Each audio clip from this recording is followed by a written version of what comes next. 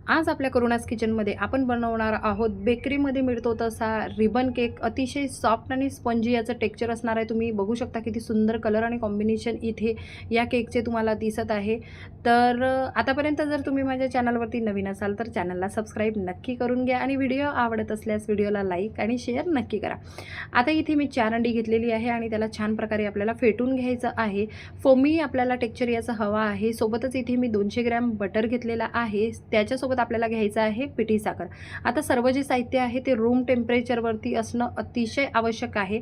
दोन्हीही जे बॅटर आहे ते फेटल्यानंतर आपल्याला त्याला एकत्र करून घ्यायचे आहे। एकत्र केल्यानंतर त्यामध्ये आपल्याला टाकायचा आहे मैदा। तर इथे 2 कप मैदा मी वापरणार आहे। 2 कपांना 2 टीस्पून बेकिंग पावडर आपल्याला वापरायची आहे आणि हे सर्व जे मिश्रण आहे आपल्याला चाळून घ्यायचं आहे।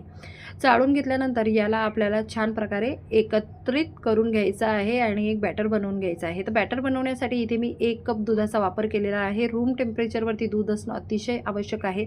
इथे मी हँड मिक्सीने याला छान प्रकारे बीट करत आहे। जर तुमच्याकडे नसेल तर तुम्ही हाताच्या हँड विस्करने सुद्धा याला मिक्स करू शकता। तर अशा प्रकारे जे आपलं बेसिक बॅटर आहे ते तयार झालेलं आहे। आता याला मी 4 पार्टमध्ये मी याला डिवाइड करत आहे। आता तुम्हाला जो फ्लेवर आणि याच्यामध्ये जास्त हवा आहे ते जे बॅटर आहे किंवा तो भाग आहे तुम्ही जास्त ठेवू शकता। इथे मी स्ट्रॉबेरी फ्लेवर केलेला आहे, त्यात मी पिंक रंग घातलेला आहे।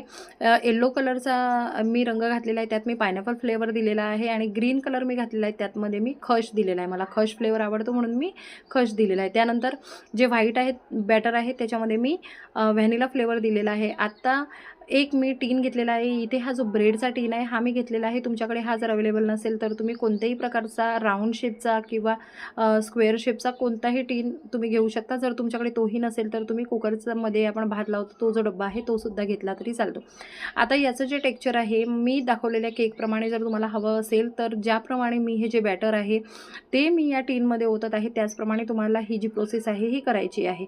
आता ही जी आहे आपल्याला मोकळ्या स्पेस भरायची आहे, त्यानंतर रिपीट प्रोसिजर आपल्याला करायची आहे आणि आपला संपूर्ण जो टीन आहे तो आपल्याला अशाच प्रकारे वेगवेगळ्या ठिकाणी स्लॉट टाकून आपल्याला हे जे बॅटर आहे फिल करायचं आहे। त्यानंतर याला टॅप करायचं आहे आणि टॅप केल्यानंतर याला 150 डिग्रीवरती मी 40 ते 45 मिनिट छान प्रकारे बेक करून घेणार आहे। आणि बेक केल्यानंतर तुम्ही बघू शकता याच्या स्लाइस किती सुंदर आहे। तर अशाच प्रकारच्या नवीन आणि मजेशीर रेसिपीजसाठी करुणास किचनला फॉलो करा, फेसबुकच्या पेजला फॉलो करा आणि इंस्टाग्रामला सुद्धा तुम्ही फॉलो करा। आणि तुम्हाला माझ्या रेसिपी कशा वाटतात या मला कमेंट करून नक्की सांगा आणि तुम्हाला कोणत्या रेसिपीज बघायच्या आहेत त्यासुद्धा मला कमेंट करून सांगा।